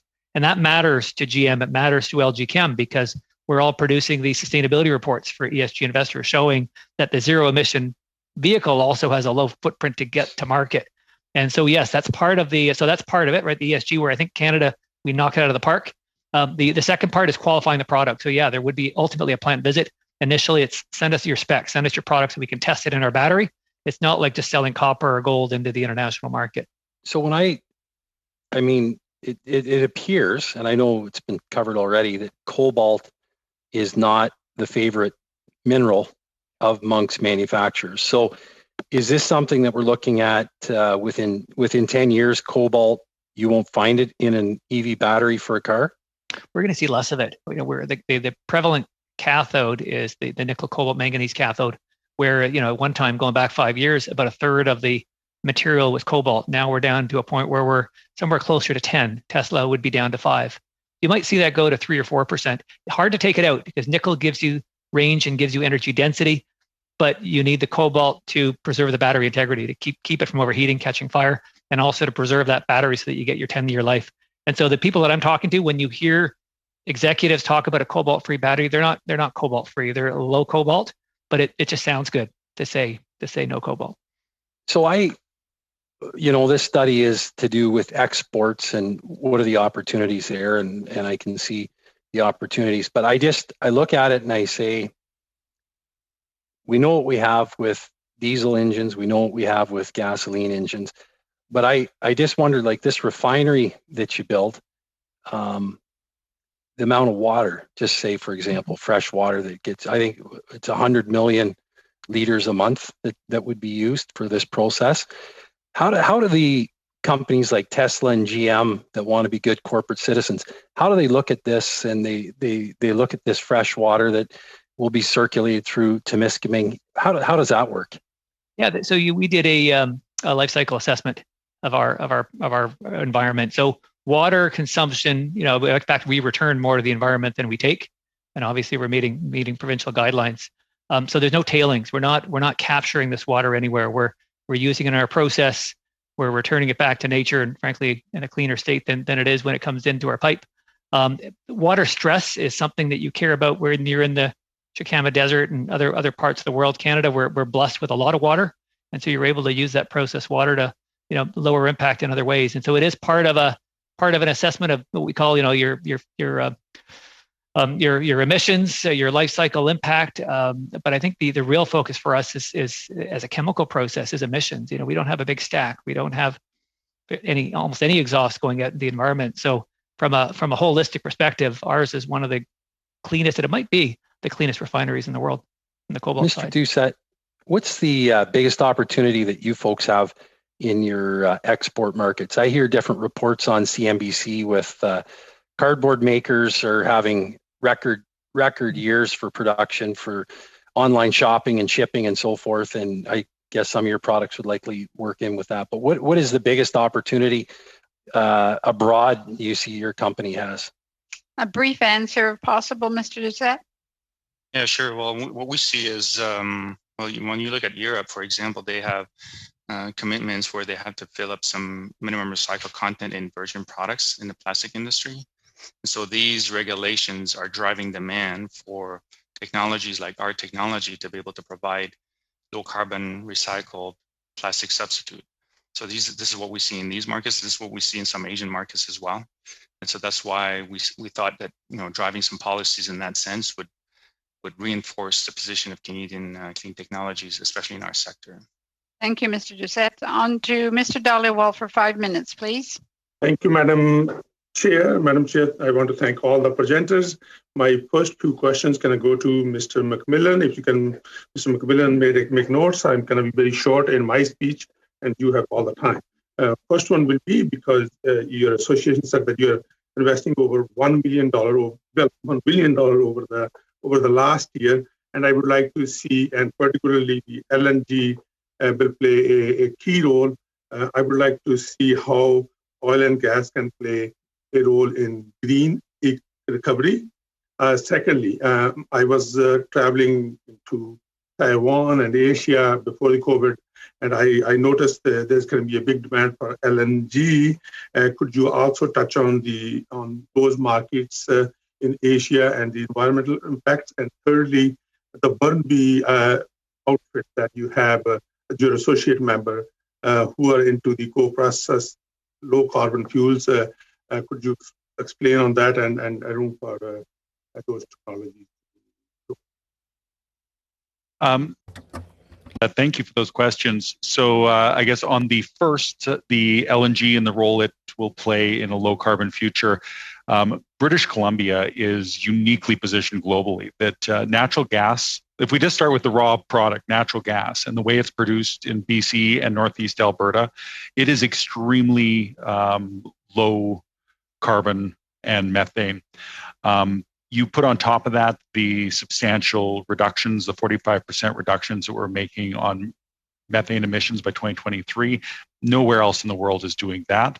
The fact that we can electrify our upstream and have already started to do that, some of the major midstream infrastructure that's been built in British Columbia and Northeast BC in the last several years has been electrified.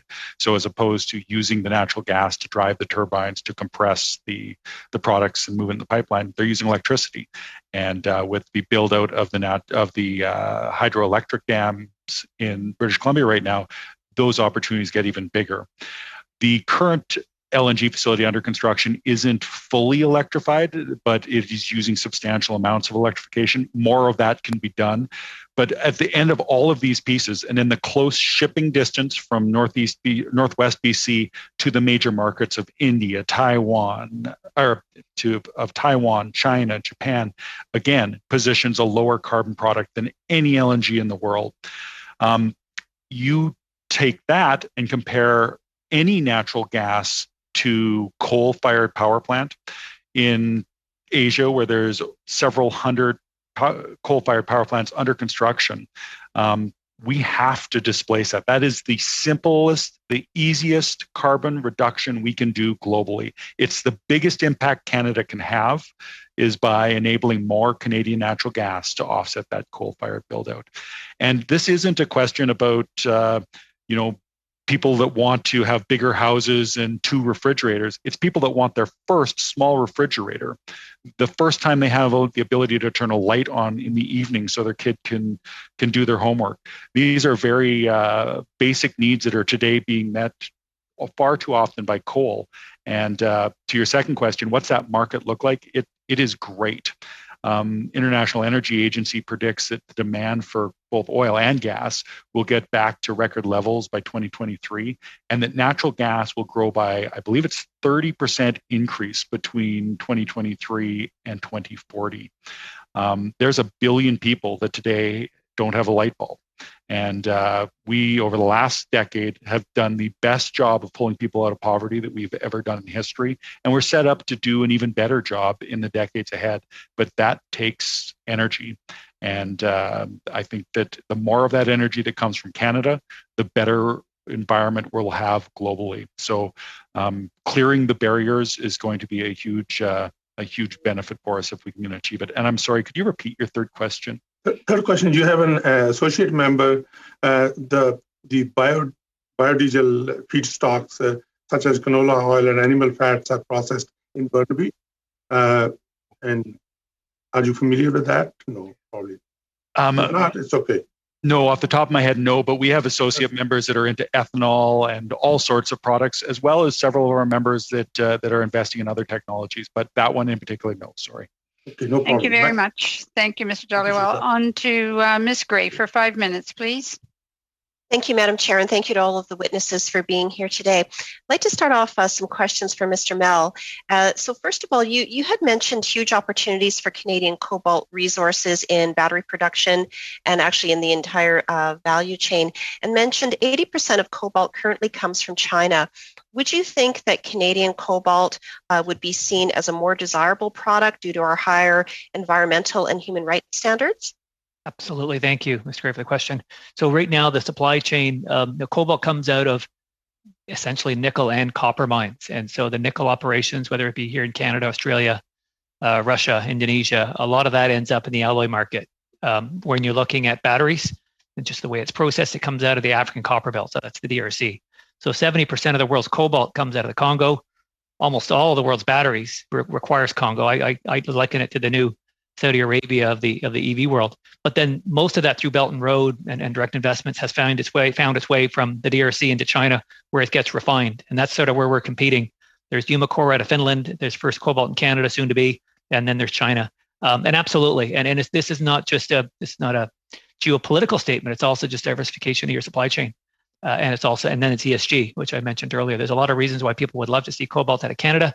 We do have some assets around our refinery that we have explored, and we have even more advanced assets in Idaho. But all of that could be seen as potentially a vertically integrated supply chain here in the continent. Great. Well, thank you very much. And that leads into my next question. It's all tied together, and I think it was a little bit of how my colleague MP Holbach was going to go as well before he ran out of time. So, with the reports that we hear of China coming into countries and controlling various infrastructure and mineral extraction, one example, as you just mentioned, is the cobalt resources in the Democratic Republic of Congo. So, how do we make sure that Canadian cobalt exporters are competitive in that type of environment?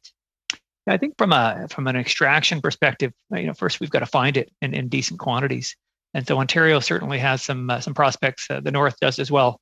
The territories, we're just not there yet. The coming out of the mining sector, we invest with the commodity cycle. So when the cobalt price is high, we'll start drilling, and when it goes down, we stop drilling. So there is a bit of an incentive program. We do have the Canadian flow-through share regime, but it is a long process, right, from discovery to ultimate extraction. Our company, my expectation would be that we'll be producing from Idaho well ahead of any opportunities here in Canada, and that's a function of geology and some work that was done in the 60s and 70s by other companies. Great, thank you. And my next question is actually for a couple of witnesses, but I'll just call on Mr. Mel first, and then I'll call on a couple other people. So, we know that clean tech is an emerging industry. There's a chance that it may not be fully accounted for in some of our trade agreements when it comes to regulatory cooperation and non-tariff barriers. So my question is, have you faced any regulatory hurdles or non-tariff barriers in exporting your products? We're not yet exporting, but that's very topical right now. In fact, just this morning, we were looking at just some of the tax rules to import the material into Canada and then to process it. The nature of the chemical conversion, right, whether it's exempt or not, going into various markets is alive and well. So don't have a straight answer for you, but that's something that obviously matters to us as we look to face the market. Great, thank you. And Mr. McMillan? Yes, I would say that's very topical for us as well, and it has been for quite some time. Some of the most obvious non-tariff barriers would be the cancellation of pipelines, both by industry and by government.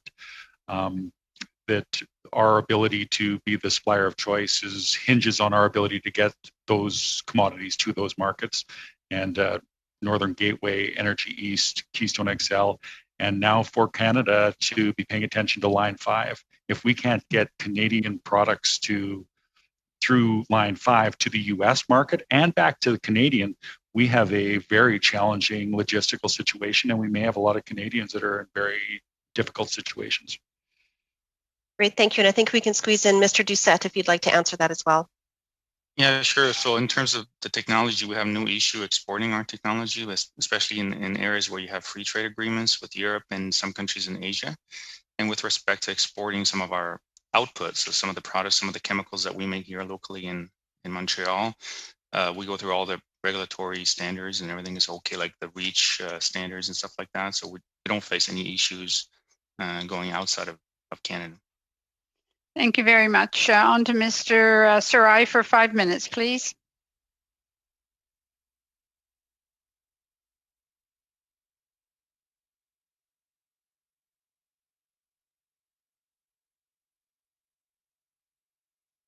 Mr. Sarai. All right, we don't have Mr. Sarai there. Maybe I can take over. Yes, Mr. Raya, thank you. Okay, thank you, Madam Chair. Mr. Mel, this gets me another chance to go at you. You mentioned the investment made by SK General Motors with LG on the battery manufacturing in the US. As you said, they're just at the at the last mile of the battery manufacturing. There are 4 or 5. Madam Chair, many people may not appreciate that today in the US about 5 or 6 battery manufacturing plants, with each one with investments of over $2 billion are getting implemented.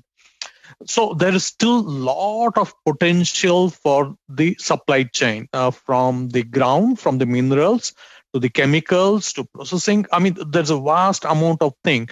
Now, most of the things that are required for battery manufacturing is still coming from China and other parts. So, Mr. Mel, can you explain the various components of the supply chain where Canada, along with US, can focus on, invest in, and become competitive? Yeah, I see there's still room for more battery plants. So those $2 billion investments, I'd like to see us get a couple here in Canada, and I think we can. But then just a little bit further upstream from that, it would be the cathode active material. So, the well-known household names would be BASF and Umicore would be 2 great examples. And then there's precursor as well, production in there. So I think that end, just before you get it into a battery cell, you've got to take all these chemicals that people like us are mining or refining and put them together into the cathode before you actually can start manufacturing the individual battery cells, which go into the battery pack.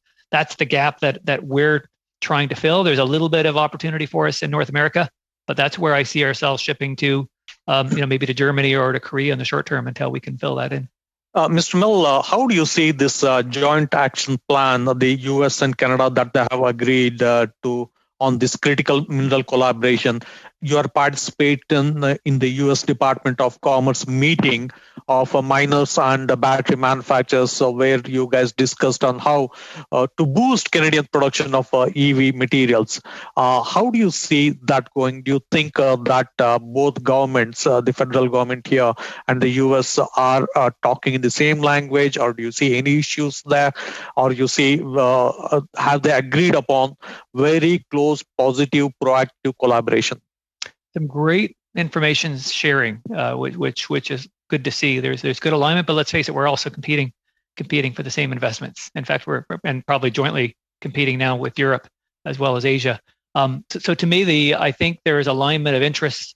There's been a good exchange of views. I know certainly behind closed doors, where I'm not present, our company has been raised as an example of how Canada can support the U.S. in its critical mineral needs. Beyond that, it's hard to say what happens because, of course, these are a lot of confidential discussions with bigger foreign investors that we're trying to attract. CIIT and NRCan, I know, have been working very hard. I could say the same with their counterparts in Quebec and in Ontario. Not privy to where it's going to go, but I'm certainly rooting for everybody. The U.S. Defense has identified about 13 of the 35 minerals as critical is a national security issues, and quite a number of them fall into the battery manufacturing minerals too. And you think the investment that we have made in Natural Resource Canada to advance critical battery minerals processing and refining expertise, do you think, are we too late? Do we have the expertise to develop this center further? I don't know if we're too late. COVID has hurt us a little bit. NRCan used to lead trade missions into Asia, and I did one or two of those, and that was helpful to get in front of some of the bigger players, Samsung and SKI and the like. That obviously had to fall away. So, I will give credit to our civil service for trying to help. I don't know. I think we kind of fell in. I've sort of focused on my own plans. It was really about capital formation and permitting. But I will say that the measures taken to me have been helpful. But I think the deployment of capital is going to be required if you want to talk about building back bigger or greener, whether in Europe or the US. I do think that Canada probably needs to do more maybe than we're comfortable doing just in order to compete. Thank you very much. Sorry, Mr. Raya. Trying to get everybody in here. Mr. Savard Tremblay for 2 minutes. Oui, merci. Thank you very much, Madam Chair.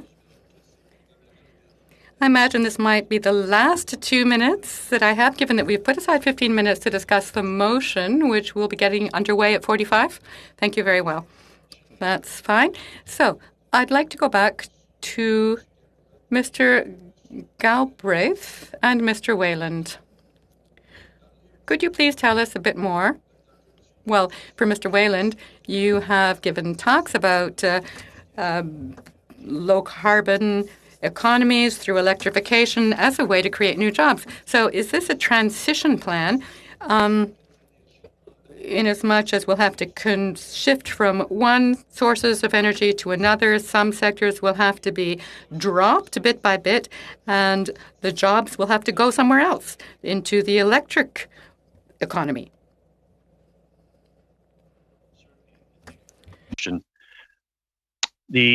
As technology changes, as energy sources change, I'm going to use coal as an example.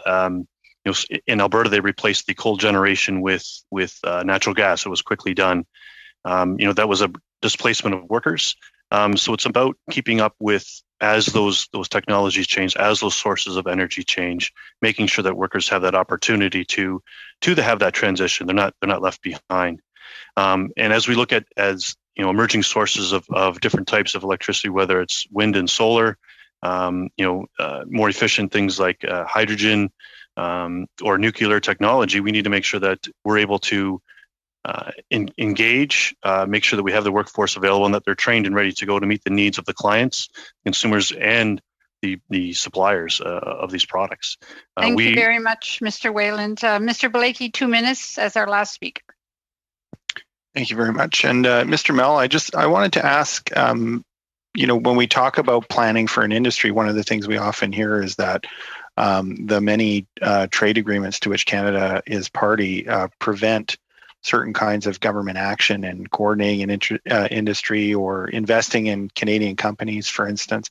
So I'm just wondering if you have a sense of how the current trade picture for Canada could affect our ability to implement that kind of planning within an industry, and if you have any recommendations for how we might best ensure that those don't become barriers to moving forward in a very important industry.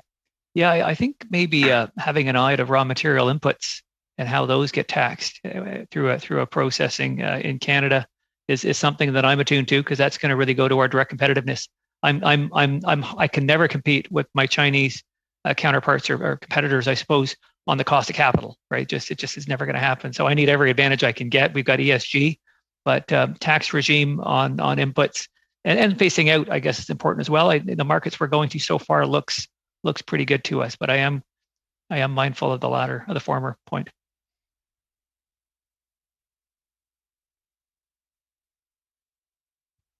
Over to you, Madam Chair. Thank you. Okay, thank you very much. All right. Thank you very much to all of our witnesses. That was very valuable testimony for this particular study that we're on. We have to do some committee business now, so the witnesses can excuse themselves. I will suspend for 30 seconds while the witnesses leave the meeting. Okay. Thank you. Thank you all very much.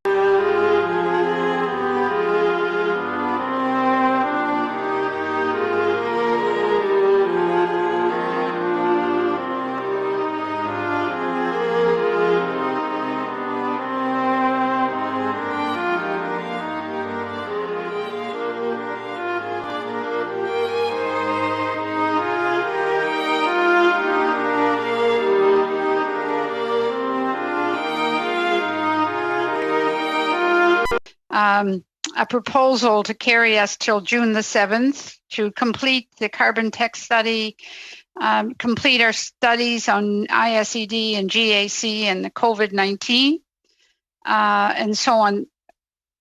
Mr. Savard Tremblay had an issue with it, as C216 was scheduled to be dealt with on June the 7th.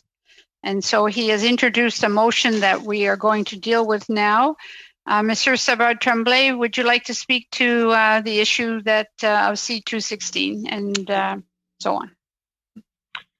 Oui, écoutez, je crois qu'étant donné. Yes, thank you. Given that I think it's a custom to have bills heard first, even though the current study is of great interest, it's not an urgent per se, and this parliamentary session will shortly be at a close, so I think that we really should move into considering Bill C216. I've been informed that I've informed we're still on public, I think, so I don't know if Madam Clerk can check that this is still being aired publicly, or if it's Okay, Madam Clerk. Well, this part of the meeting is public. Okay, go ahead, Mr. Savard Tremblay.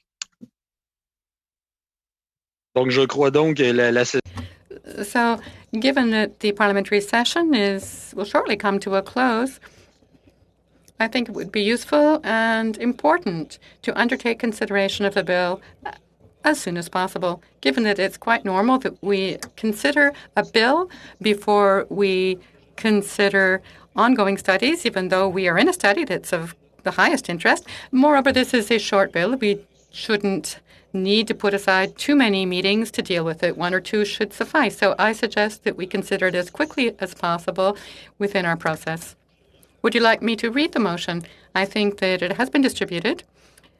Read it. Oui, alors que that the committee immediately undertake consideration of Bill C-216, an act to amend the Department of Foreign Affairs Trade and Development Act, Supply Management, referred to the committee by an order of reference on March 10, 2021, for disposition on a priority basis, and defer the study initiated by the Committee on Canadian Exportation of Green, Clean and Low Carbon Technologies. Okay, I see Mr. Raya and Mr. Sheehan have their hands up. Madam Chair, while I understand the importance, my colleague Sawat Tremblay states about C68216. For me, it is very, very important that we continue with this study. As we have already heard from the witnesses, the enormity of this particular study, the importance of that study for Canada and the Canadian economy now and going forward. I think we should continue with this tempo. We should complete this study in its fullest extent, hear more witnesses, gather more information, and we have to conclude this. Thank you, Madam Speaker. Thank you. Mr. Sheehan. Well, thank you very much. And I do think that we should continue on our path. We only have a couple of more meetings for this particular study. We've all submitted the names of some leading people in the clean, green tech industry that have, cleared their schedules and, have made themselves available. And we've heard the testimony, act now. We must move expeditiously. So I think that behooves us to do that. And then speaking earlier in a committee business meeting, I'd asked the clerk about order of precedence, and you said really there's no order of precedence. Really, just what we determine is important. I'm not saying that the other one is not important, but I think that we could finish this meeting expeditiously and then move forward. So those are my comments. Thank you, Mr. Blakey. Thank you very much. I just wanted to take the opportunity to express my support for the motion. It seems to me we've got about 2 weeks before the break week, and so we might be able to move one of the sessions that we have dedicated to this study to a later date in order to be able to deal with a relatively straightforward piece of private members' business, so that it could be reported back to the House in time for it to be perhaps taken up in the 5 weeks that will occur after the constituency week in May. So, I do think it is a piece of legislation. I think, committees do normally prioritize legislative work. I think we can shuffle around one of the meetings in this study in order to be able to accommodate that and have the bill reported back in a timely way to the House so that it has a chance of being considered again before the House rises in June. Thank you very much, Monsieur Savard Tremblay. The floor is yours. Monsieur Savard. I'm sorry, you are handing it back to me. I'm terribly sorry. What's up? Did you want to speak to the motion again before we move on with it? Yes, thank you. I'm sorry, I don't understand the argument to the effect that witnesses have prepared themselves. Well, if witnesses have written notes up for a certain date, they can probably use their notes the next week.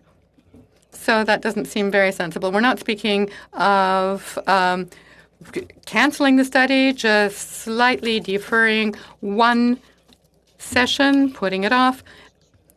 And perhaps if this would work better, we could add an extra session.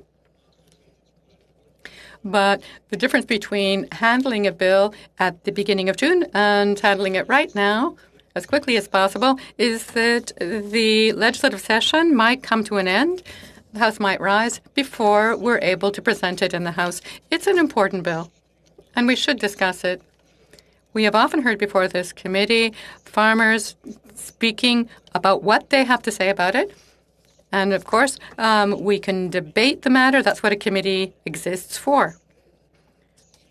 But the current topic of our study, which is not directly linked to any bill, so there's no urgency in the matter. There's nothing that says that between now and the summer recess, we must have finished the study. In any case, we will have finished it. So I don't think this study will suffer much if we just put it off by 1 day.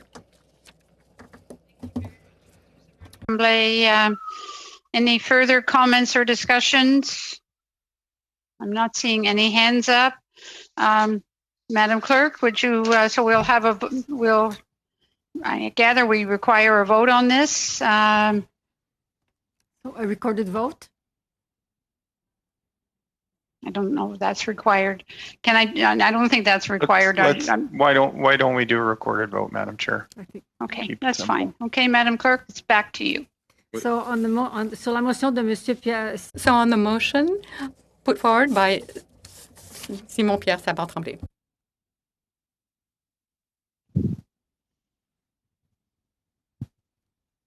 Me? No. Mr. McLeod. No. Mr. Dhaliwal. No. Mr. Sarai. Nay. Mr. Sheehan. Nay. Ms. Gray. Abstain. Mr. Hoback. Abstain. Mr. Lobb. Abstain. Ms. Stubbs. Abstain. Monsieur Savard-Tremblay. Bien entendu, je suis favorable.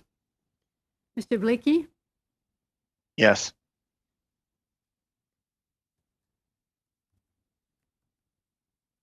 So nays 5, yeas 2.